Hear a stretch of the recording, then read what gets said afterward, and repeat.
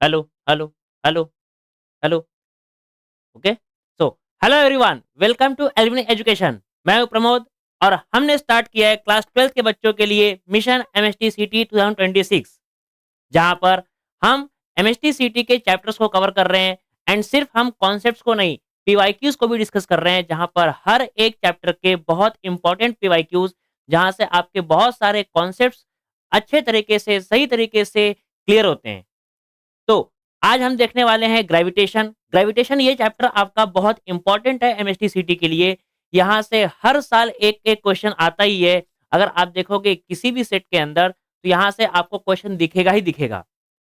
Gravitation को समझने के लिए या फिर इसे क्वेश्चन को सॉल्व करने के लिए कुछ बेसिक बेसिक ट्रिक्स होती है, कुछ बेसिक बेसिक फॉर्मूले होते हैं, बट उन फॉर्मूलेस का मॉडिफाइड वर्जन आपको अच्छे से आना चाहिए।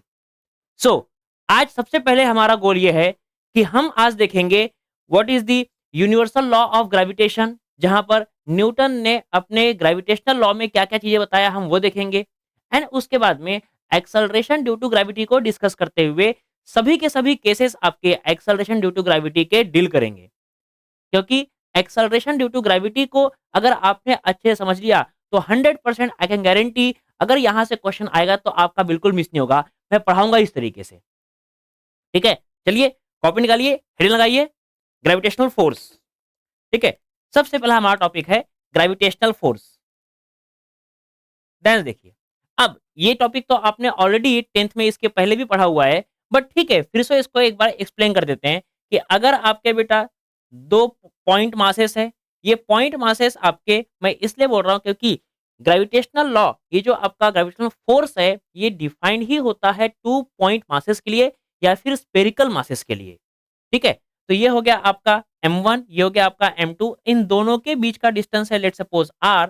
तो ग्रेविटेशनल फोर्स डिफाइन होता है capital G m1 m2 upon में r का स्क्वायर, जहां पर स्टेटमेंट में आप लिखते थे कि gravitational force is directly proportional to the product of two masses and gravitational force is inversely proportional to the square of distance between them.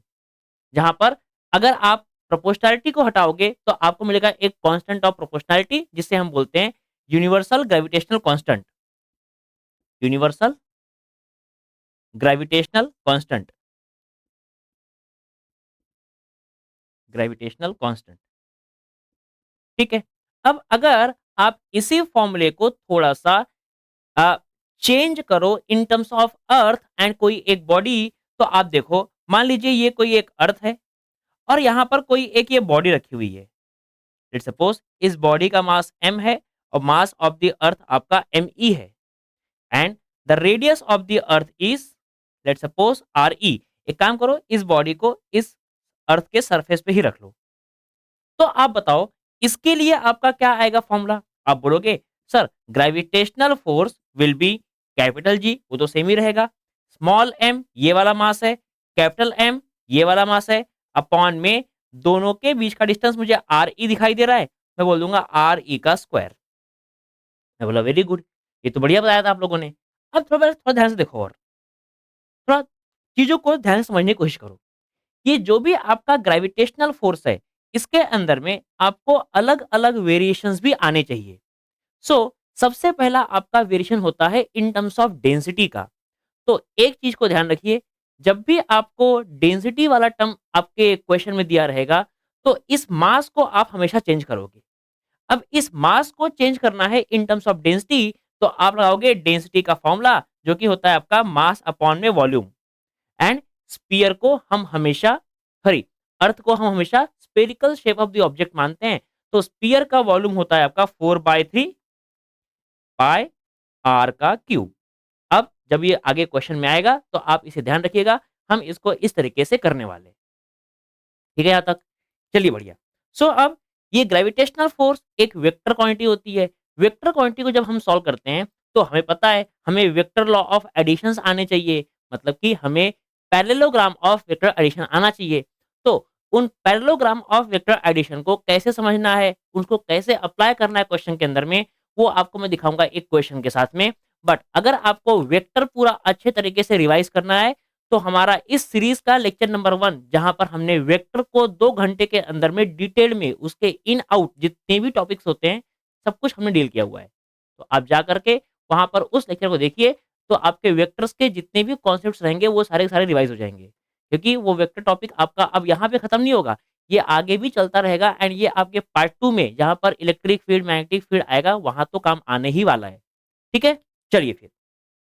तो ये एक क्वेश्चन है, इसे करते हैं सॉल्व। सबसे पहले हम लोग देखिए क्वेश्चन नंबर 1, बहुत सुंदर क्वेश्चन है ये। क्या है, two identical spheres, metal spheres are kept in contact with each other. दो आइडेंटिकल स्पीयर्स है, इन दोनों को कांटेक्ट में रखा हुआ है। आइडेंटिकल का मतलब क्या होता है, इसका मास भी m है, इसका मास भी m है।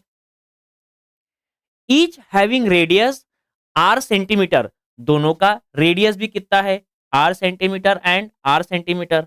ठीक है, and rho is the density of the metal sphere, इन दोनों का डेंसिटी है रो। ठीक है, चलो ये मान लिया।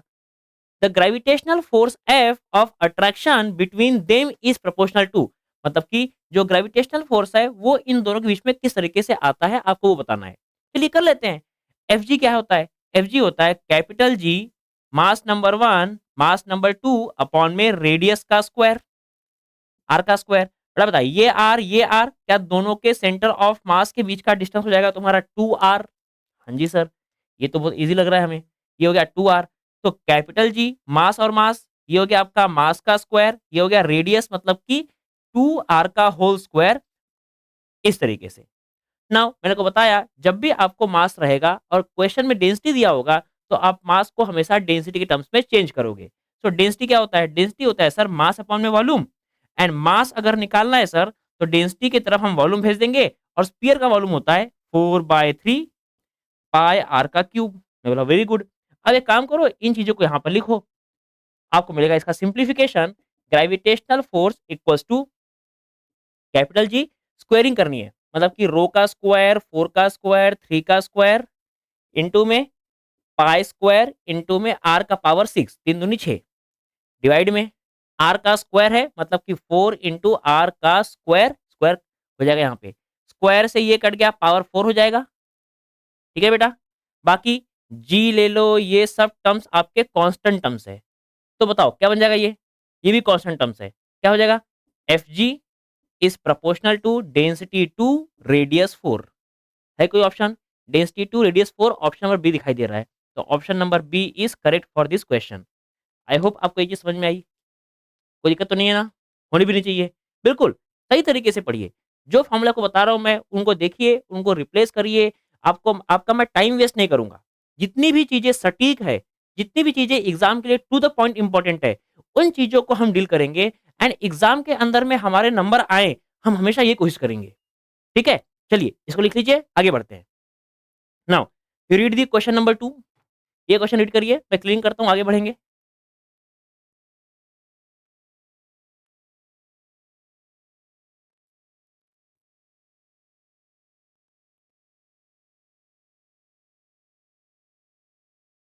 चलिए रीड दी क्वेश्चन, क्या क्वेश्चन बताओ। Three particles A B and C each of mass m lying at the corner of an equilateral triangle of side length l। Okay ठीक है, क्या बोला गया है क्वेश्चन नंबर 2 में कि एक आपका ऐसा इक्विलैटरल ट्राइंगल है, इस इक्विलैटरल ट्राइंगल के 3 वर्टाइसेस पे 3 इक्वल मासेस रखे हुए हैं।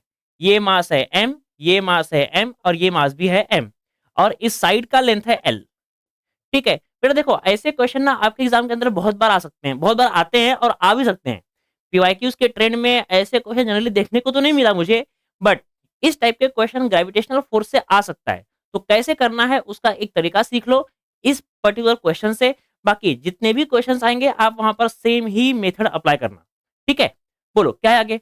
If particle A is released from the particle B and C is fixed, the magnitude of instantaneous acceleration of A when it is just released। Okay, ये just release वाला question है, तो यहां से हमने मान लीजिए उसको A, ये मान लिया B, ये मान लिया C। इसको यहां से जस्ट जैसे ही रिलीज किया तो आपका ग्रेविटेशनल एक्सेलरेशन कितना आएगा। सबसे पहले हम क्या करेंगे, हम ग्रेविटेशनल फोर्स निकालेंगे इस पर्टिकुलर मास पे इन दोनों के कारण कितना है, ठीक है? अब ध्यान से सुनना मेरी बात। असलियत में ये आपका इक्विलैटरल ट्रायंगल है, तो किसी भी ए, बी, सी किसी भी आप मास पे ग्रेविटेशनल फोर्स निकालोगे तो वो सेम ही आएगा। क्योंकि सभी के सभी ये आपके एक इक्विलैटरल ट्रायंगल के वर्टाइसेस पे रखे हुए हैं। बट उसने आपको ये वाला बोला है तो हम उसे करेंगे सॉल्व। बट आप चाहो तो किसी पे भी निकाल लेना घर पे रह करके, आपका आंसर सेम ही आएगा। थोड़ा देखो कैसे करेंगे। ये इस तरीके से है बेटा। बता, इस पर्टिकुलर मास पे इसके कारण, ध्यान से, इस पर्टिकुलर मास पे इसके कारण क्या जो आपका फोर्स रहेगा वो फोर्स रहेगा आपका अट्रैक्टिव फोर्स, कुछ इस तरीके से। हाँ सर। क्या इन दोनों में, क्या इन दोनों के पे क्या आपका फोर्स ऑफ अट्रैक्शन रहेगा कुछ इस तरीके से? आप बोलोगे हाँ सर। मैं बोलूंगा बेटा इन दोनों फोर्सेस का बताओ मैग्नीट्यूड क्या आएगा? आप बोलोगे सर कैपिटल जी मास एम अपॉन में लेंथ है इसका एल का स्क्वायर। मैं बोलूंगा वेरी गुड। देन फिर आप बोलोगे सर ये दोनों मासेस का क्या आएगा? अब मैं बोलूंगा कैपिटल जी मास 1 मास 2 अपॉन में आर, आर मतलब कि एल का स्क्वायर। तो देख के बता क्या ये दोनों के दोनों फोर्स सेम ही है? हाँ सर। तो मैं एक काम करता हूँ, इसको F1 F2 ना बोलते हुए सिंपली F और F बोल देता हूँ। हाँ। अब बताओ बेटा क्या इन दोनों के बीच में एंगल आपका 60 डिग्री होता है? हाँ। तो बताइए F नेट का आंसर क्या आएगा फॉर दी वेक्टर्स जो सेपरेटेड है 60 डिग्री से? आप बोलोगे सर हमने पैरेललोग्राम में पढ़ा हुआ है कि फॉर्मूला होता है आपका F नेट का F1 square plus F2 square plus 2 F1 F2 cos of theta between F1 and F2। मैं बोलूंगा वेरी गुड। क्या बेटा यहाँ पे कॉस 60 है, कॉस 60 1/2 होता है, कॉस 60 1/2 होता है। ये हो गया 1/2, 2 से 2 कैंसल, F1 F2 दोनों सेम सेम ही है। तो क्या यहाँ पे आपको मिलेगा रूट के अंदर में F इंटू F स्क्वायर, तो 3 बार F स्क्वायर मिल जाएगा। आप बोलोगे सर आप तो बड़ा बढ़िया सॉल्व कर रहे हो। बोलूंगा बिल्कुल, बात ही ऐसी है, इतना टफ क्वेश्चन है ही नहीं है। पता एफ नेट क्या रहेगा? एफ नेट आ जाएगा रूट के अंदर में 3 इंटू में एफ। कोई तकलीफ नहीं। तो सर ये आ गया हमारा नेट फोर्स। बट हमें बोला क्या गया है? हमें बोला गया है the magnitude of instantaneous acceleration of A when it is just released. तो आपको मैग्नीट्यूड ऑफ इंस्टंटेनियस एक्सेलरेशन निकालना है। अब वो कैसे, बताओ कैसे निकालोगे? कैसे निकालोगे बताओ? वो निकालोगे आप लोग, हमने क्या पढ़ा है बेटा? फोर्स का फॉर्मूला क्या होता है? Mass into acceleration. क्या पढ़ा है हमने? Mass into acceleration. हमारा फोर्स क्या आया? हमारा फोर्स क्या आया? √3 इंटू में एफ। ये हो गया आपका √3 इंटू में F equal to mass into में एक्सेलरेशन। पता क्या होगा यहां से acceleration? Acceleration will be √3f upon में m। अब बताओ कोई ऑप्शन है? अच्छा यहाँ पे f को चेंज करना पड़ेगा क्या? ठीक है। √3 इंटू एफ क्या है बताओ? f क्या है बताओ? f is capital G M upon में आर का स्क्वायर अपॉन में m। क्या एक m से m कैंसिल? हाँ जी। ये हो गया आपका √3 GM अपॉन में आर का स्क्वायर। अब कोई है? अच्छा आर नहीं, एल का स्क्वायर। ठीक है ना, तो क्या है आर लो एल लो क्या फर्क पड़ता है? कोई है ऑप्शन? √3 GM अपॉन में L square. Option number C दिखाई दे रहा है बेटा। कोई दिक्कत है? नहीं होनी चाहिए। तो ये सिंपल सा है। ठीक है चलो, ये हो गया आपका क्वेश्चन नंबर 2।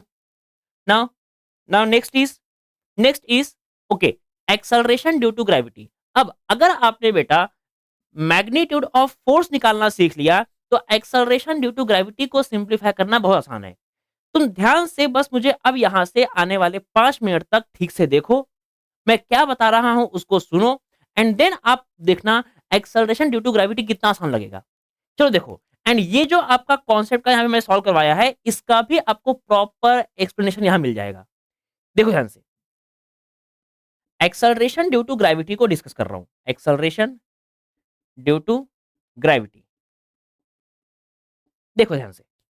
मान लीजिए बेटा ये एक मास है m1, ये दूसरा मास है m2, और इन दोनों के बीच का डिस्टेंस है r। तो ध्यान से बता, क्या दो मासेस के बीच में आपका जो फोर्स आता है क्या वो फोर्स ऑफ अट्रैक्शन होता है? हाँ जी।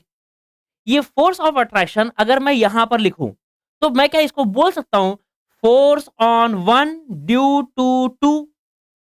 बोलिए क्या ये force on one due to two, ये क्या है? Force on two due to one. हाँ जी सर। अब बता, मैं फोर्स किस पे निकाल रहा हूं? मैं फोर्स किस पे निकाल रहा हूं? सर आप फोर्स निकाल रहे हो वन पे, तो बताओ मास कौन सा लूंगा? m1। और फोर्स का फॉर्मूला क्या होता है? Mass into acceleration. तो m1 इंटू में एक्सेलरेशन। ओके सर, अगर ऐसा ही मैं यहां बात करूंगा तो क्या आप इसको लिखोगे m2 इंटू में a? बिल्कुल हाँ, ये लिखूंगा मैं। सर क्यों लिखा आपने इसको ऐसा? क्योंकि देखो बेटा, F21 मतलब क्या है? Force on two due to one. Force on two मतलब कि मास नंबर टू पे फोर्स लग रहा है, ए एक्सेलरेशन है। बट टेल मी, क्या force on one due to two gravitational law से क्या आता है? Capital G m1 m2 upon में r का स्क्वायर। आप बोलोगे हाँ सर। बेटा इसको थोड़ा सा अलग तरीके से दिखा रहा हूं। F12 equals to m1 g m2 upon r square. And similarly F21 दिखा रहा हूं, m2 capital G m1 upon r square. अब दोनों को ठीक तरीके से देखो, क्या दिखाई दे रहा है? सर आप बोलोगे सर यहां तो दिखाई दे रहा है, हाँ, m1 सेम सेम, मतलब a के बदले ये टर्म है, और m2 सेम सेम मतलब a के बदले ये टर्म है। मैं बोलूंगा तुम्हारी आंखें बड़ी खतरनाक है भाई। तुम मतलब इतना बढ़िया ऑब्जर्व करते हो कि आपको इन दोनों फॉर्मूले से ये समझ में आ रहा है कि एक्सलरेशन फर्स्ट बॉडी पे लगेगा कैपिटल जी m2 अपॉन में आर स्क्वायर। और ये एक्सलरेशन कौन सी बॉडी ने दिया? तो ये एक्सलरेशन दिया सेकेंड बॉडी ने। ओके, मतलब ये है आपका acceleration on one due to two, due to two, due to two, मतलब ये मास नंबर टू। वैसे ही यहां ये है आपका acceleration two due to on due to one, मतलब कि ये है आपका due to one, due to one. इसलिए देखो यहां पर आपका मास नंबर वन आया। ओके, इसका मतलब सर आप ये बोलना चाहते हो कि एक्सलरेशन का फॉर्मूला होता है कैपिटल जी मास अपॉन में आर का स्क्वायर। मैं बोला यस, बिल्कुल ये होता है। बस इस एक्सलरेशन ड्यू टू ग्रेविटी जो प्लैनेट्स के लिए डिफाइंड होता है, उन प्लैनेट्स के लिए हम इस ए को जी से बोलते हैं। और अगर ये मान लीजिए प्लैनेट है, तो capital G mass of the planet upon R का square, R radius of the planet. अब ये रेडियस ऑफ द प्लैनेट का मतलब क्या है? ये रेडियस ऑफ द प्लैनेट असलियत में रेडियस मतलब कि दो मासेस के बीच का डिस्टेंस होना चाहिए। ये आर क्या है? Distance between two masses. Sir ये थोड़ा खतरनाक हो गया रिलेट।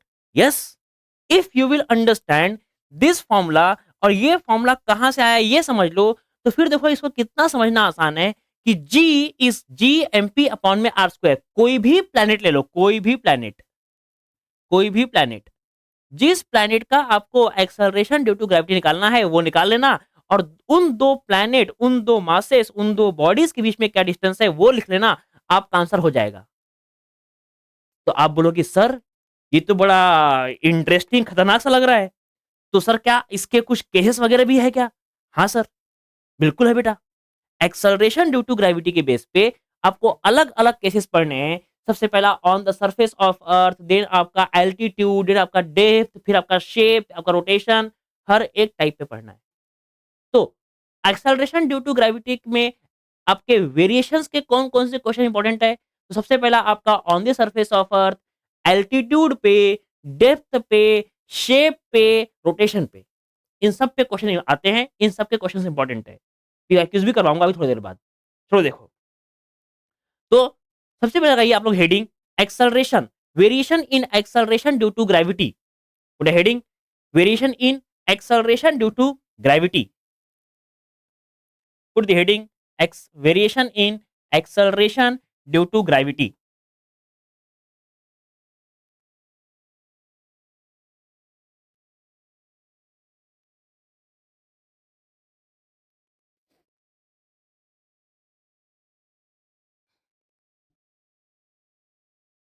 चलो, तो सबसे पहला आपका होना चाहिए ऑन द सरफेस ऑफ अर्थ।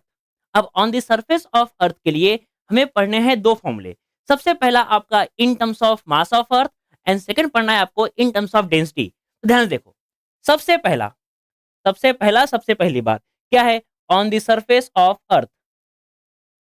सबसे पहला ऑन द सरफेस ऑफ अर्थ, ठीक है। तो उसके लिए हम लिखेंगे सबसे पहला फॉर्मूला क्या है? In terms of M, M E के टर्म्स में।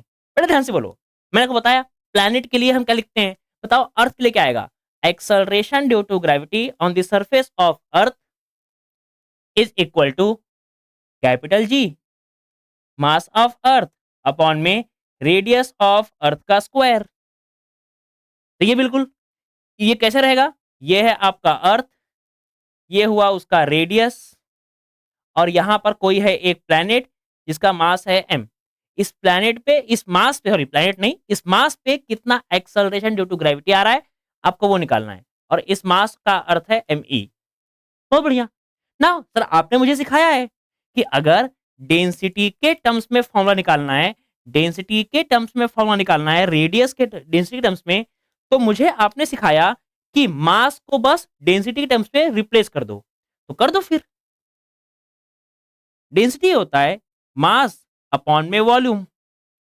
सो mass of earth will be density into 4/3 pi R का क्यूब, पाई आर का क्यूब।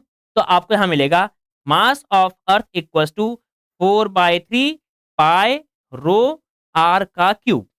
नाउ इस एम को यहां पुट कर दो, आपको मिलेगा जीई का आंसर, जीई का आंसर क्या, क्या बताओ, क्या बताओ? Capital G 4/3 pi rho R का क्यूब अपॉन आर ई का स्क्वायर। ये भी आर ई है, स्क्वायर से एक कैंसल। पता यहां क्या मिला आंसर? ये मिला जीई का आंसर 4/3 पाई रो जी आर ई। ध्यान से देखो क्या बोला मैंने, 4/3 pi row ji are E. अब सर इसको आप ना बहुत अरेंजमेंट कुछ कर रहे हो, हमको दिखाई पड़ रहा है कुछ तो भी अरेंजमेंट अरेंजमेंट करके आप आंसर निकाल रहे हो। जानबूझ के कर रहा हूं मैं ऐसे अरेंजमेंट। क्यों कर रहा हूं? क्योंकि इसको याद रखने का ना एक तरीका भी बनाया हुआ है।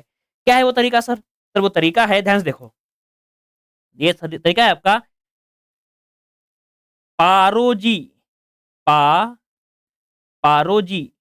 आपने मूवी मूवी देखा देवदास, उसकी पारो, पारोजी। इसको कुछ बच्चे बोलते हैं सर पारोजी नहीं, हम बोलेंगे पार्ले जी। अरे जो बोलना है वो बोल, खाली याद रख बस, सिर्फ याद रखने का है सही तरीके से आपको। क्या है? 4/3 pi row ji are E, तो पारो जी आर ई।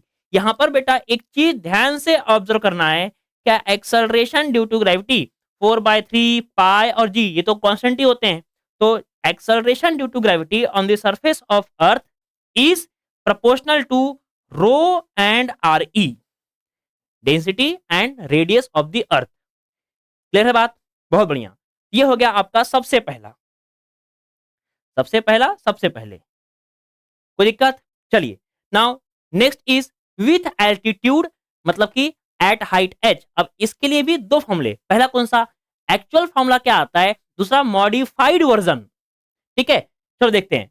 तो ये हो गया आपका सबसे पहले, सेकंड नंबर के लिए सबसे पहला फॉर्मूला क्या है? ये एक्चुअल, एक्चुअल फॉर्मूला क्या आएगा? ध्यान से देखो, हम क्या करेंगे, इसको हम करेंगे डिवीजन के टर्म्स में सही तरीके से। देखो क्या बेटा, acceleration due to gravity on the earth surface होता है capital G M E upon radius of earth का स्क्वायर। हाँ जी सर, अगर मैं ये बोलूं कि ये तुम्हारा रेडियस ऑफ अर्थ है और यहां से किसी एक हाइट h पर कोई एक मास रखा हुआ है, तो क्या h हाइट के लिए जी एच का आंसर आएगा capital G mass of earth upon में radius of earth plus h का होल स्क्वायर। मैं बोलूंगा बिल्कुल सही। मानो ये इक्वेशन नंबर 1, ये इक्वेशन नंबर 2, 2/1, 2/1 करेगा तो क्या जी एम और जी एम कट जाएगा? हाँ जी सर कट जाएगा। तो आपको मिलेगा जी एच अपॉन में G E equals to, G H क्या है बेटा? ये है, पलटी मारेगा तो ये जाएगा आपका आर ई जाएगा ऊपर और नीचे आएगा आपका आर ई प्लस में एच का होल स्क्वायर। चेक करो क्या सही लिखा हुआ है मैंने? देखो ध्यान से, ये ऊपर रहेगा, ये नीचे रहेगा, जो ये नीचे रहेगा वो पलटी मारेगा तो ऊपर की तरफ जाएगा। हाँ, बिल्कुल सही लिखा हुआ है। अब इसी को आप थोड़ा-सा मॉडिफाई करोगे तो आपको मिलेगा GH equals to GE bracket में RE अपॉन में RE प्लस में H का होल स्क्वायर। ये फॉर्मूला आपको अप्लाई करना है जब-जब आपका H अच्छा खासा बड़ा रहेगा। सर अच्छा खासा बड़ा मतलब क्या होता है? अच्छा खासा बड़ा का मतलब ये है कि H की वैल्यू आपकी होनी चाहिए रेडियस के आधे, रेडियस के 1/3, रेडियस के 2/3 या फिर 500 किलोमीटर, 800 किलोमीटर, 600 किलोमीटर ऐसी बड़ी-बड़ी वैल्यूज़। क्योंकि radius of earth is 6400 kilometres. तो फिर वो फ़ॉर्मूला अगर आपका अच्छा खासा बड़ा है, तो आप अप्लाई करोगे ये वाला। Okay sir. बट सर अगर आपका ये अच्छा खासा बड़ा नहीं है, तब क्या करेंगे? तब हम करेंगे आपका सेकंड नंबर मॉडिफाइड फ़ॉर्मूले को यूज़। आपका नेक्स्ट मॉडिफाइड, मॉडिफाइड फ़ॉर्मूला। ये एक फ़ॉर्मूला इंपॉर्टेंट हो गया। बेटा जो मैंने बोला है उसको नोट्स में लिखना है अच्छे से, ठीक है? मॉडिफाइड फ़ॉर्मूला, क्या है फ़ॉर्मूला मॉडिफाइड? कुछ नहीं, इसमें हम अप्लाई करेंगे एप्रोक्सिमेशन। तो GH आपको मिलेगा GE ब्रैकेट के अंदर 1 माइनस 2H अपॉन में RE। ये है आपका मॉडिफाइड फ़ॉर्मूला, जिसमें हम अप्लाई करते हैं एप्रोक्सिमेशन। अब ये कब लगाना है फ़ॉर्मूला? ये फ़ॉर्मूला आपको तब यूज़ करना है, जब आपको H की वैल्यू बहुत छोटी दी जाएगी या फिर परसेंटेज आपको बहुत कम दिया जाएगा। तो ये रहेगा आपका सेकंड नंबर मॉडिफाइड फ़ॉर्मूला। कोई तकलीफ है? नहीं होनी चाहिए। साथ ही साथ इतना आपने समझा तो एक और चीज़ समझ लो थर्ड नंबर परसेंटेज चेंज का भी। परसेंटेज चेंज भी समझो। ध्यान से, अगर आपने बेटा ये जीई को नीचे भेजा और ये इसको इधर लेकर गया है, तो आपको मिलेगा परसेंटेज चेंज का फ़ॉर्मूला। मैं डायरेक्टली आपको बताता हूँ फ़ॉर्मूला क्या आता है। परसेंटेज चेंज का फ़ॉर्मूला बेटा ये इसके कारण आएगा। यही तो असलियत चीज़ है जो आपका चेंज चेंज को ला रही है। तो आपको मिलेगा यहाँ पर percentage change change in G due to height वो क्या आएगा आपका -2h upon R E into में ऑब्वियसली 100 एंड ये माइनस साइन ये दिखा रहा है कि आपकी वैल्यू हाइट के बढ़ने से घट रही है।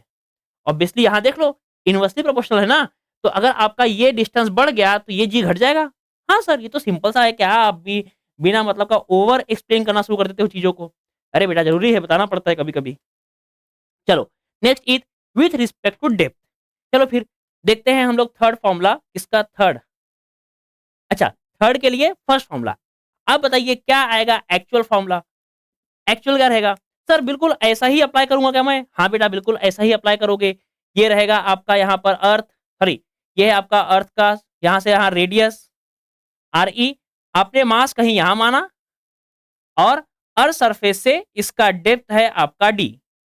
ठीक है सर। तो क्या ऐसा ही कुछ लिखेंगे हम लोग अर्थ सरफेस पे? हाँ बेटा बिल्कुल ऐसे लिखोगे। Capital G M E upon में आर ई का स्क्वायर। क्या सर डेप्थ पे हम लिखेंगे formula capital G mass of earth, capital D capital G mass of earth upon में radius of earth minus D का स्क्वायर। मैं बोलूंगा वेरी गुड, बिल्कुल सही।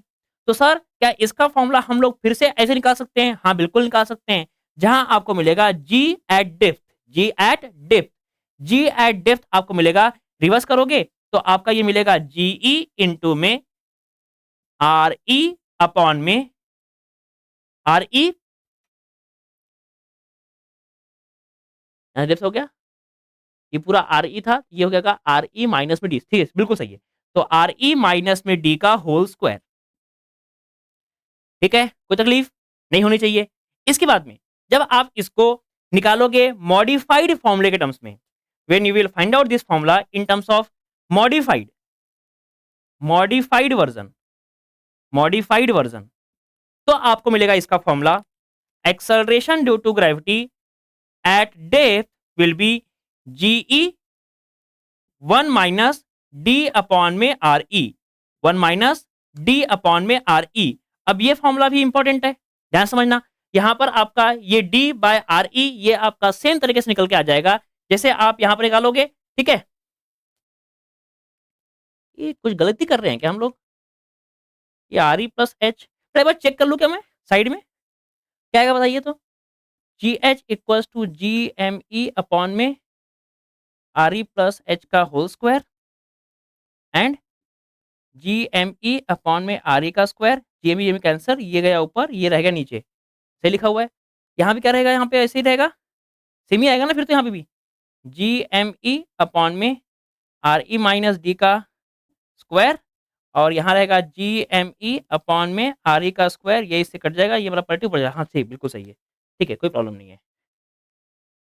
तो ये फॉर्मूला भी आपको दोनों फॉर्मूले सही तरीके से याद रखने हैं। ठीक है, चलो, कोई तकलीफ यहाँ तक नहीं होनी चाहिए। चलो फिर थोड़ा सा आगे बढ़ते हैं। अब यहाँ पर हमने क्या देखा फॉर्मूला। अच्छा, इसका ऐसे ही सर परसेंटेज चेंज का क्या आएगा फॉर्मूला, वो बता दो। तो 3 इज परसेंटेज चेंज के टर्म्स में।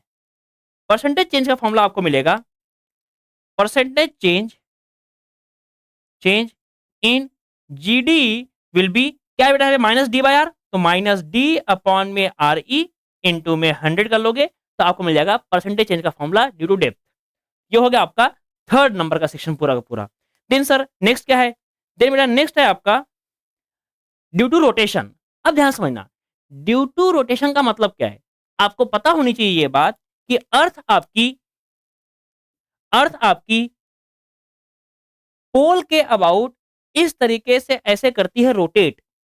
और ये रोटेट कैसे करती है, ये रोटेट करती है आपकी वेस्ट से ईस्ट की तरफ। कहां से कहां, वेस्ट से ईस्ट की तरफ। अच्छा, यही वेस्ट से ईस्ट की तरफ का रोटेशन ही असलियत में आपको हेल्प करता है एक्सेलरेशन ड्यू टू ग्रेविटी घटाने में फॉर द सैटेलाइट। तो आप जब भी देखोगे तो जो भी आपकी सैटेलाइट्स लॉन्च की जाती है वो वेस्ट टू ईस्ट साइड पे करके जाती है लॉन्च। एक तरीका होता है लॉन्चिंग ऑफ सैटेलाइट का। ठीक है, पर कोई बात नहीं, हाँ पे नॉर्मल देखते हैं चीजें। ठीक है, तो अर्थ आपकी जब करती है बेटा रोटेट, तो रोटेशन के टर्म्स में अगर अब हम बात करेंगे तो ध्यान से देखो, मान लीजिए ये है आपका पोल, बेटा यही होता है पोल। हम बोलते हैं नॉर्थ और हम बोलते हैं साउथ। तो नॉर्थ पोल, साउथ पोल, क्या कभी आपने सुना है ईस्ट पोल, वेस्ट पोल? नहीं सुना है। मतलब कि पोल आपका होता है वर्टिकल लाइन पे और इसे बोलते हैं इक्वेटर। इक्वेटर और ये क्या है, पोल। पोल और इक्वेटर, मान लीजिए पोल और इक्वेटर के बीच में कहीं पर भी मैं एक रैंडम पॉइंट ले लूं, इक्वेटर से वो थीटा एंगल पे है, तो इसको बोलते हैं इक्वेटर एंगल। क्या बोलते हैं इसको, इक्वेटर एंगल। ये होगा आपका theta is a equator angle. ठीक है, थीटा मान लिया। तो मैं चाहता हूं इस पोजीशन पे क्या है आपका एक्सेलरेशन ड्यू टू ग्रेविटी की वैल्यू, मतलब कि जी एट एनी एंगल थीटा क्या आएगा। तो इसका फॉर्मूला आपको निकल के आता है, G at any angle theta equals to, ये रहेगा G on the earth minus में आर, हाँ, रेडियस ऑफ अर्थ, यहां से यहां ये एक पोजिशन रहती है, इसको हम आर बोलते हैं। ठीक है, तो ये आपको हो जाएगा रेडियस ऑफ द अर्थ। हाँ बिल्कुल, रेडियस ऑफ द अर्थ की यहां से यहाँ रेडियस ऑफ अर्थ ही है, radius of earth and omega square cos square theta. I hope ये फॉर्मूला मैंने सही लिखा हुआ है, क्योंकि स्क्वायर स्क्वायर दो जगह रहता है। ठीक है, ठीक है, ये फॉर्मूला सही लिखा हुआ है मैंने, दिस एक्चुअली करेक्ट फॉर्मूला। तो G theta at any angle theta, G E minus में R E omega square cos square. Now यहां पर आपको दो निकालने हैं इंपॉर्टेंट फॉर्मूले। सबसे पहला आपका पोल के लिए क्या आएगा, दूसरा को निकालना है इक्वेटर के लिए क्या आएगा। बेटा बता, पोल पे क्या ये एंगल हो जाएगा 90, पोल पे थीटा होता है 90। तो आपको 90, अगर आपने एंगल को 90 पुट किया, कॉस 90 क्या होता है बेटा, 0। तो आपको जी एट पोल मिलेगा जी ऑफ द अर्थ के बराबर। तो ये जो भी फॉर्मूले आप लोग यहाँ पे लिखते हो, ये सारे के सारे फॉर्मूले आपके पोल के लिए होते हैं। किसके लिए, पोल के लिए। अब बताओ इक्वेटर पे क्या आएगा, इक्वेटर पे आपको आएगा, इक्वेटर पे एंगल हो जाएगा, ये एंगल यही रहेगा, मतलब कि 0 रहेगा। तो एंगल इज 0, कॉस 0 होता है 1। तो आपको मिलेगा G at equator equals to G E minus में आर ई ओमेगा का स्क्वायर। कोई तकलीफ नहीं। ये हो गया आपका बहुत ही सही तरीके से एट ड्यू टू रोटेशन आपका फॉर्मूला। ठीक है, अब अगर आप निकालना चाहोगे इसी के अंदर में percentage change, percentage change, percentage change क्या करोगे, कुछ नहीं, इस जीई को भेजिए इस साइड पे, इस जीई को भेजिए उस साइड पे और दोनों तरफ कर दो आप लोग फिर जीई से डिवाइड। तो आपको मिलेगा ये वाली वैल्यू डिवाइड बाय जीई। तो परसेंटेज चेंज का formula will be, percentage change will be minus R E omega square upon में GE इनटू में ऑब्वियसली 100। ये हो जाएगा आपका एक्सेलरेशन ड्यू टू ग्रेविटी का फॉर्मूला किसके लिए? Due to rotation of the earth. और ये सर ये ओमेगा क्या है? ओमेगा है बेटा इस अर्थ के रोटेट करने का एंगुलर वेलोसिटी। ऑब्वियसली हम जानते हैं एंगुलर वेलोसिटी ओमेगा होता है, टाइम पीरियड आपका 24 होता है, तो इसका आंसर कुछ तो भी निकल निकाल के 84 मिनट के आसपास आता है। ठीक है, चलो आगे बढ़ जाते हैं। देन सर लास्ट लास्ट क्या है बेटा? लास्ट है आपका due to the shape of the body.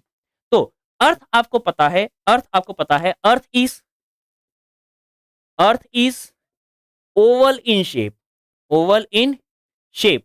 अर्थ आपकी स्पेरिकल नहीं, हम स्पेरिकल मान लेते हैं, but earth is actually oval in shape. तो अर्थ आपकी बेटा होती है कुछ तो भी इस तरीके से मान लीजिए।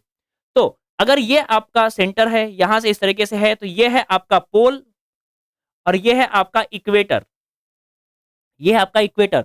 तो अगर आप बात करोगे रेडियस ऑफ इक्वेटर की, अगर आप बात करोगे रेडियस ऑफ पोल की, तो radius of equator is actually radius of pole, radius of pole plus somewhere around 21 kilometre के आसपास। मतलब रेडियस ऑफ इक्वेटर आपका, मतलब कि लेंथ ऑफ द इक्वेटर यहां से सेंटर से गिनोगे तो ज्यादा आएगा। Radius of equator is greater than the radius of pole, क्योंकि रेडियस ऑफ पोल से 21 किलोमीटर ज्यादा होता है आपका इक्वेटर वैल्यू। ठीक है यहां तक? हाँ सर ठीक है। तो अब इसके आगे अगर आपको क्वेश्चन एक आता है, what will be the weight on pole and weight on equator of body. ध्यान सुनो, हमने जी का फॉर्मूला क्या पढ़ा? G is equal to capital G mass upon में रेडियस का स्क्वायर, ये पढ़ा हम लोगों ने। तो अगर रेडियस बढ़ेगा तो क्या तुम्हारा जी घटेगा? हाँ। तो बता, अगर इक्वेटर के रेडियस की वैल्यू ज्यादा है, अगर रेडियस के इक्वेटर की वैल्यू ज्यादा है तो ये वैल्यू ज्यादा तो जी कम। अगर आपका G of equator is less than G of pole, तो असलियत में वेट ऑफ द बॉडी तो बेटा डिपेंड करता है सिर्फ और सिर्फ किसके ऊपर? Weight only depends upon the आपका एक्सेलरेशन ड्यू टू ग्रेविटी कितना आता है, क्योंकि मास तो आपका क्या होता है? Mass is scalar quantity. तो अगर आप यहां पर मास इंटू जी इक्वेटर बोलो, greater than mass into G pole बोलो, क्या समझ में आ रहा है? यहां पे weight on equator will be less than weight on pole, weight on equator is less than weight on pole. कोई तकलीफ? तो ये आपको एक क्वेश्चन एग्जाम के अंदर में आ सकता है, इसे आप अच्छे से समझ के रखिएगा। ठीक है, अब देखो ये सारे के सारे फॉर्मूले यहाँ पे मैंने लिखवा दिया।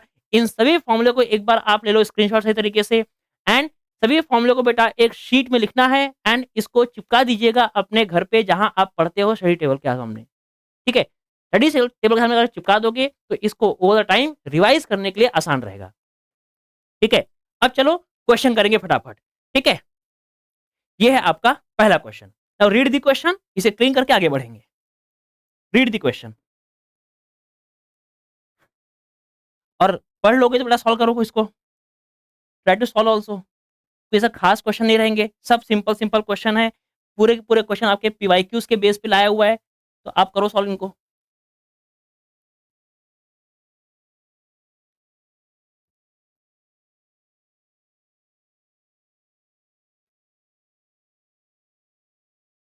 चलिए करें। So the acceleration due to gravity on moon is 1/6 times the acceleration due to gravity on earth. क्या बोला है? क्वेश्चन नंबर 3 है ये, 2 हम पहले कर चुके हैं। क्या है ये question? Acceleration due to gravity on moon is 1/6 acceleration due to gravity on the earth.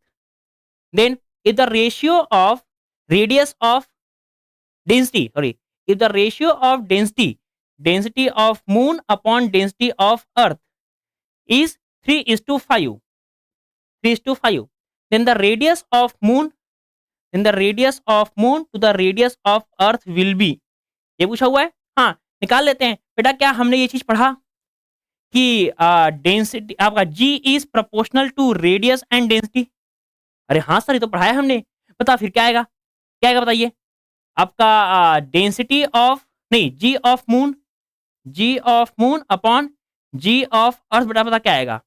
क्या आएगा? Radius of moon, density of moon, radius of आपका radius of earth, density of earth. Sir ये तो बड़ा आसान कर दिया आपने। हाँ, तो ये आसानी तो है। पता क्या आएगा? जीएम बाय जीई क्या होगा? 1/6 नीचे गया तो ये हो गया 1/6 और आरएम बाय आरई निकालना है। आरएम बाय आरई निकालना है। रो एम बाय रो ई क्या है? 3/5 3/5 3 5 ऊपर 3 नीचे। तो आर एम अपॉन में आर ई 5 एकम 5 और 6 त्रिके 18 तो 5/18 मिल गया? मिल गया। 5/18 मतलब कि option number C is correct. एकदम फुद्दू क्वेश्चन। नेक्स्ट कर क्वेश्चन सॉल्व। क्वेश्चन नंबर 4 सब इजी क्वेश्चन है। The difference in the acceleration due to gravity क्या बोला उसने? Difference.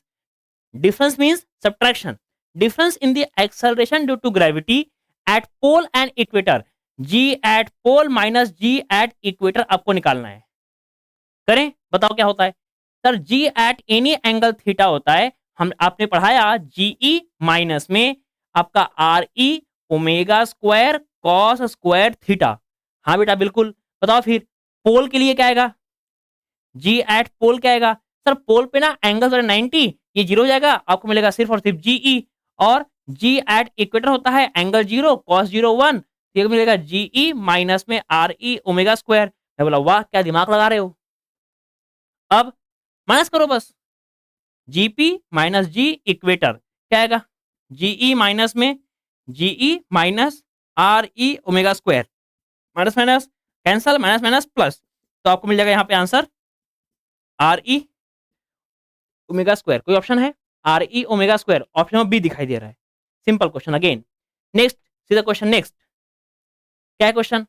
If two planets have their radius समझ में आ रहा है कि नहीं आ रहा है? बहुत सिंपल क्वेश्चन है यार, अगर आप ट्राई तो करो एक बार। मैं जब सॉल्व करता हूँ ना तो डायरेक्टली सॉल्व नहीं देखने सोल्यूशन नहीं देखने का, वीडियो को पॉज करने का, क्वेश्चन को रीड करने का and try to apply the formula. आपका काम ये होना चाहिए हमेशा। जब भी कोई आपको मैं नेक्स्ट क्वेश्चन दूं तुरंत ही वीडियो को पॉज करो, पहले खुद से सॉल्व करो। खुद सॉल्व कर लिया, आंसर निकाल लिया, अब आप वीडियो को प्ले करो और चेक करो कि कैसे आपके आंसर मैच कर रहे हैं या फिर नहीं कर रहे हैं। This has to be the method of study. समझ में आ रहा है? चलो आगे। क्या question? If two planets have their radius in the ratio क्या है रेडियस? रेडियस का रेशियो दिया हुआ है R1/R2 मान लू। क्या है? x/y ठीक है। And density 1/2 is m/n then the acceleration due to gravity are in the ratio मतलब g1/g2 पूछा हुआ है। क्या ये क्वेश्चन मैं करूं या फिर आपको ये इसके साथ सिमिलर दिखाई दे रहा है? बस यहां पर g का रेशियो दिया था, r का पूछा, यहां पर रेडियस और डेंसिटी दोनों दिया हुआ है, आपसे g का पूछ रहा है। निकाल लोगे नहीं निकाल लोगे? निकाल लोगे। तो ये आपके लिए होमवर्क, इसको आप करोगे एंड आंसर बताओगे कमेंट बॉक्स के अंदर कि आपने किया या फिर नहीं किया। मैं देखता हूँ बेटा बहुत सारे बच्चे शायद से लेक्चर देख रहे हैं बट आंसर को नहीं बता रहे हैं। प्लीज उन आंसर्स को बताइए ताकि मालूम पड़े कि आपके आंसर्स एक्चुअली में आ रहे हैं और मुझे मालूम पड़े कि आप लोग पढ़ रहे हो, है ना? हाँ आपको लेक्चर्स दे रहे हैं बट अगर आप देखोगे नहीं, इसका फायदा नहीं उठाओगे तो क्या ही मतलब है फिर। ठीक है, चलिए नेक्स्ट क्वेश्चन देखो फिर। क्वेश्चन नंबर 6 क्या है question? The height from the surface of earth at विच मतलब कि आपसे हाइट पूछा गया है, हाइट निकालने बोला है। The height from the surface of earth at which the value of G will be reduced by 64%। क्या है? Value of G is reduced by मतलब हमें निकालना है एच का आंसर जहां पर आपकी वैल्यू रिड्यूस हुई है बाय 64%। सोचो जो भी आपका जी एच का वैल्यू रहेगा ये वैल्यू 100% में से 64% आपका रिड्यूस हुआ है। अब ये रिडक्शन कौन से कंपैरिजन में रहेगा? This reduction has to be in a comparison with GE. तो बता जीएच का आंसर कितना बचेगा? क्या ये बचेगा 36% ऑफ जीई? अरे हाँ सर। अब आगे पढ़ question. Then the value at the surface of earth is मतलब कि आपसे एच पूछ रहा है कि the height from the surface of earth H आपका कितना आएगा। चलो निकाल के देखते हैं इसके लिए कितना आपका एच का आंसर आएगा। तो ध्यान से बता अगर ये जी एच इज 36% ऑफ जीई तो क्या ये बन जाएगा तुम्हारा 36/100 इंटू में जीई। अरे सही है कि नहीं है? हाँ सही है सर। सर जीएच का आंसर ना हमें पता होता है। पता क्या होता है? सर जीएच का आंसर आपने पढ़ाया था, इसका आंसर होता है आर ई अपॉन में आर ई प्लस में एच का होल स्क्वायर और इंटू में यहां होता है जीई। ये पढ़ाया था? हाँ सर, आपने ये पढ़ाया था। एक काम करा, जीएच हमें पता है ना, हाँ कर देंगे पुट। 36 अपॉन में 100 इंटू जीई इक्वल टू, बेटा what is R E? R E is 6400। हम निकाल ले वहां से। आपको दिया भी है क्या? हाँ आपको दिया भी है, क्योंकि आपका 6400। एक काम करो, अब इसको ऐसे रहने दो, बाद में करें सिंप्लीफाई। कैसे क्या बस देखना पड़ेगा ना। ये हो गया आर ई अपॉन में आर ई प्लस में एच का होल स्क्वायर इंटू में जीई, जी से जीई कैंसल, स्क्वायर गया इधर बन गया रूट। आपको मिलेगा 6 अपॉन में 10 equal to R E plus में H to the cross multiplication. पता क्या मिलेगा? R E 6 R E plus में 6 H equal to 10 R E. 10 R E इधर लाया तो 6 H equal to 4 R E, मतलब कि क्या आपको आएगा? एच क्या आएगा? H is 4 into R E upon में 6, मतलब 4/6 इंटू में 6400। सही है। अब इसे करो डिवाइड, पता क्या आंसर आएगा? क्या आप मुझे बताओगे इसका डिवीजन का आंसर क्या होता है? एक काम करता हूं, मैं बता देता हूं आपको। ठीक है, ऐसे केसेस से बेटा हमेशा एग्जैक्ट आंसर निकालने कभी मत जाना। Always try to go with the approximation. ठीक है, तो देखो क्या मुझे ये दिख रहा है आपका 6 11 जा 66। अरे 66 नहीं है, 64 है, बट उसके ऑलमोस्ट तो है ना उसके आसपास। तो ये 4 आएगा और यहाँ पर 66 हो गया, ऑलमोस्ट 0 0। तो अगर आप इसको करोगे मल्टीप्लाई, तो your answer will be approximately, तो ध्यान से 6 11 जा 66, तो ये 64 है बट अप्रोक्सीमेटली 66 बन रहा है ना। करोगे multiply, answer will be 4400 kilometre. अब इसके आसपास जो भी आंसर है टिक मार दो। क्या है ऑप्शन? 4267, मतलब कि option number C will be correct. 100% आपका वही ऑप्शन आएगा। आप इसको एक्चुअल डिवीजन एंड कर लो मल्टीप्लाई, जो आपका आंसर रहेगा बता देना। ठीक है क्या? I am confident. चलो आगे, लेट्स सी क्वेश्चन नंबर 7। इसे देख लो अच्छे तरीके से एक बार एंड देन मिटाता हूं, आगे करते हैं।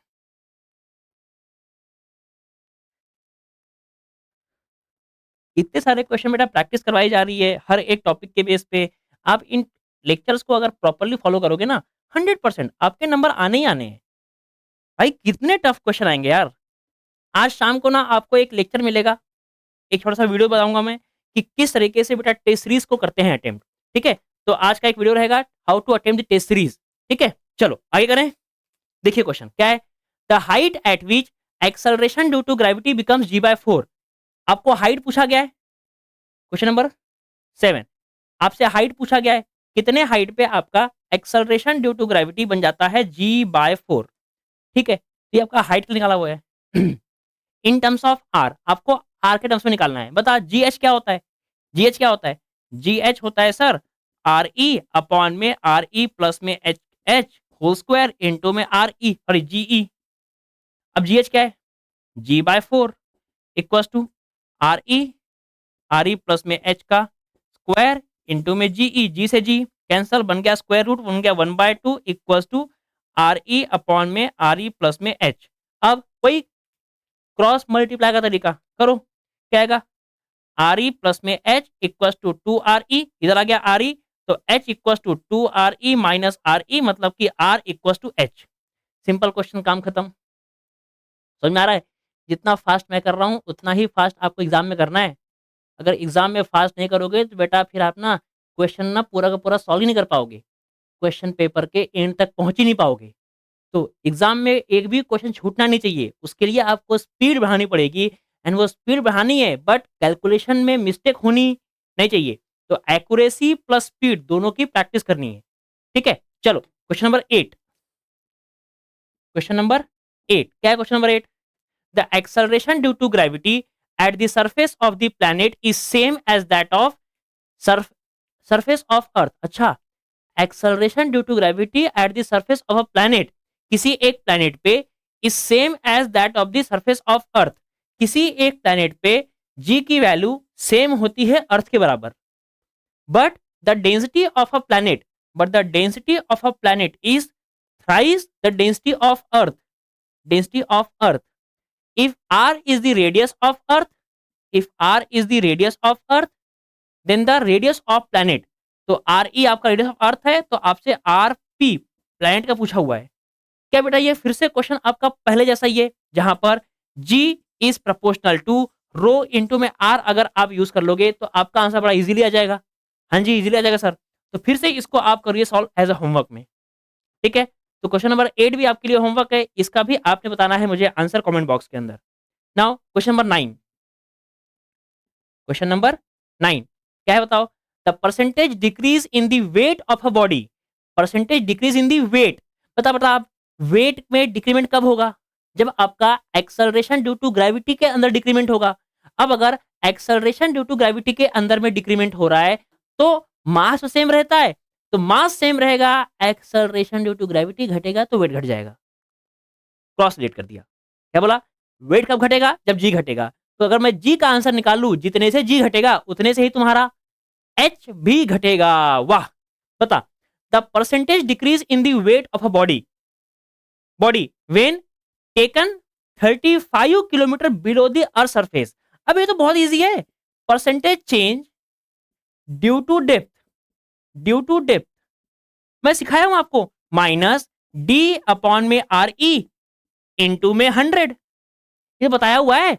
अरे भाई ये तो बड़ा इजीली आंसर आ जाएगा। माइनस डी क्या है पता, डेप्थ क्या है 35, 35 और आर क्या होता है 6400 इंटू में 100, 0 0 कैंसल। पता बेटा क्या 35 दूनी 70, क्या बोल रहा हूं मैं 35 दूनी 70, ये 670 नहीं है बट 35 दूनी 70, क्या ये आंसर आपका अप्रोक्सीमेटली 1/2 एंड 1/2 इज अप्रोक्सीमेटली क्या 0.5%। कौन सा ऑप्शन है? 0.50, ये ले खत्म। इतने इजी क्वेश्चन रहते हैं भाई, अगर तुम पूरा फॉर्मूले का लिस्ट अगर सोच लेना अच्छे से, तुम बस फॉर्मूले लिस्ट को सोच लो कि ये कैसा कैसा बताया सर ने और कैसे कैसे क्वेश्चन यहाँ पे इन्वॉल्व होने वाले हैं। बस बाकी ऐसे फुद्दू क्वेश्चन है पूरे के पूरे, मतलब इतने सड़े सुड़े क्वेश्चन है भाई कि क्या ही बोलना। ये क्वेश्चन कोई टफ क्वेश्चन होते हैं? ये ले एक और ट्राई कर फटाक से। क्वेश्चन नंबर 10 क्या है क्वेश्चन? वीडियो को पॉज करो पहले एंड खुद से पहले करो सॉल्व और बताओ कि सर आपका आंसर मैच हुआ था कि नहीं हुआ था। बताना है मुझे आपको। बताओ क्या है? The depth at D at which the value of acceleration due to gravity becomes 1/n-1। तो कितने डेप्थ पे, मतलब आपसे डेप्थ पूछा गया है, कितने डेप्थ पे एक्सेलरेशन ड्यू टू ग्रेविटी मतलब जी डी आपका बन जाता है 1/n-1 then times of the earth. ठीक है, तो आपसे डेप्थ पूछा गया है। अब क्या करोगे? बस करो इसको सिंप्लीफाई। पता है डेप्थ का फॉर्मूला क्या होता है? सर डेप्थ का फॉर्मूला आपने मुझे सिखाया कि ये होता है आपका आर ई अपॉन में आर ई माइनस डी का होल स्क्वायर इंटू में जी ई। ये बताया हुआ है मैंने आपको। हाँ जी सर, ये आपने मुझे बताया हुआ है। अब अगर ये आपको बताया गया है तो एक तो आप डायरेक्टली इसको यूज करो, पर बेटा आपको मैंने बताया था इसका मॉडिफाइड फॉर्म भी, एंड मॉडिफाइड फॉर्म तो बड़ा इजी था, जिसमें जीडी का आंसर आपका आया था, याद कर 1 minus D upon R into में जीई। तू बता ये गंदा वाला फॉर्मूला यूज करेगा या फिर इसको यूज करेगा? सर ये आ रही बाप रे बाप कितना गंदा लग रहा है, छी छी छी, ये करेंगे यूज सर। हाँ तो ये करो ना यूज। पता क्या है जीडी क्या है? 1/n-1 इंटू में जीई, 1 माइनस डी अपॉन में आर, डी अपॉन में आर इंटू में जी, जी से जी कैंसल, ये हो गया 1/n-1 equal to 1 minus D upon R. अब इसको भेजो उधर, इसको लाओ इधर, क्या जाएगा? D upon R equal to 1 minus and cross के मल्टीप्लाई तो इधर गया तो n-1 upon n-1 minus minus plus, तो n-2 n-1 और ये हो गया आपका r इधर गया तो ये होगा रेडियस ऑफ अर्थ। कोई है option? n-2 n-1 option number B लग रहा है। ये हो गया डन, ऑप्शन नंबर बी। चलो नेक्स्ट क्वेश्चन। अरे खत्म, अरे अबे तुमने 10 क्वेश्चन डाले बस। मजा आ रहा था अभी तो यार, अभी तो मजा आना शुरू हो गया था। चलो ठीक है, तो बेटा ये हो गया आपका variation due to acceleration, sorry variation in acceleration due to gravity. अब इतने क्वेश्चंस को अगर आपने अच्छे से समझ लिया है तो जाकर के प्रीवियस ईयर क्वेश्चंस को अच्छे से और करो सॉल्व। जितने भी क्वेश्चन है आप उन्हें करिए, और अगर किसी ईयर के पर्टिकुलर क्वेश्चन में आपको डाउट आता है तो उसको आप बताइए कि सर इस ईयर का क्वेश्चन मुझे समझ में नहीं आया, can you solve this question. ठीक है, तो नेक्स्ट लेक्चर के अंदर में आने से पहले, हम नेक्स्ट लेक्चर के टॉपिक को शुरू करने से पहले इस टॉपिक को खत्म करेंगे, अगर आप पे कुछ डाउट रहते हैं तो, और अगर नहीं है तो कोई बात नहीं, बढ़िया है, उन क्वेश्चन को करो सॉल्व। एंड अदरवाइज सोल्यूशन तो भाई साहब आप लोग तो भाई साहब न्यू जनरेशन हो, जेनजी हो आप लोग, तो जेनजी लोग तो भाई साहब चैट जीपीटी, जेमिनाई क्या क्या पता नहीं आप लोग यूज करते हो, अपने आंसर ढूंढ सकते हो। तो कोई प्रॉब्लम नहीं बेटा, टेक्नोलॉजी दी है तो यूज करेंगे हम, क्या प्रॉब्लम है उसमें।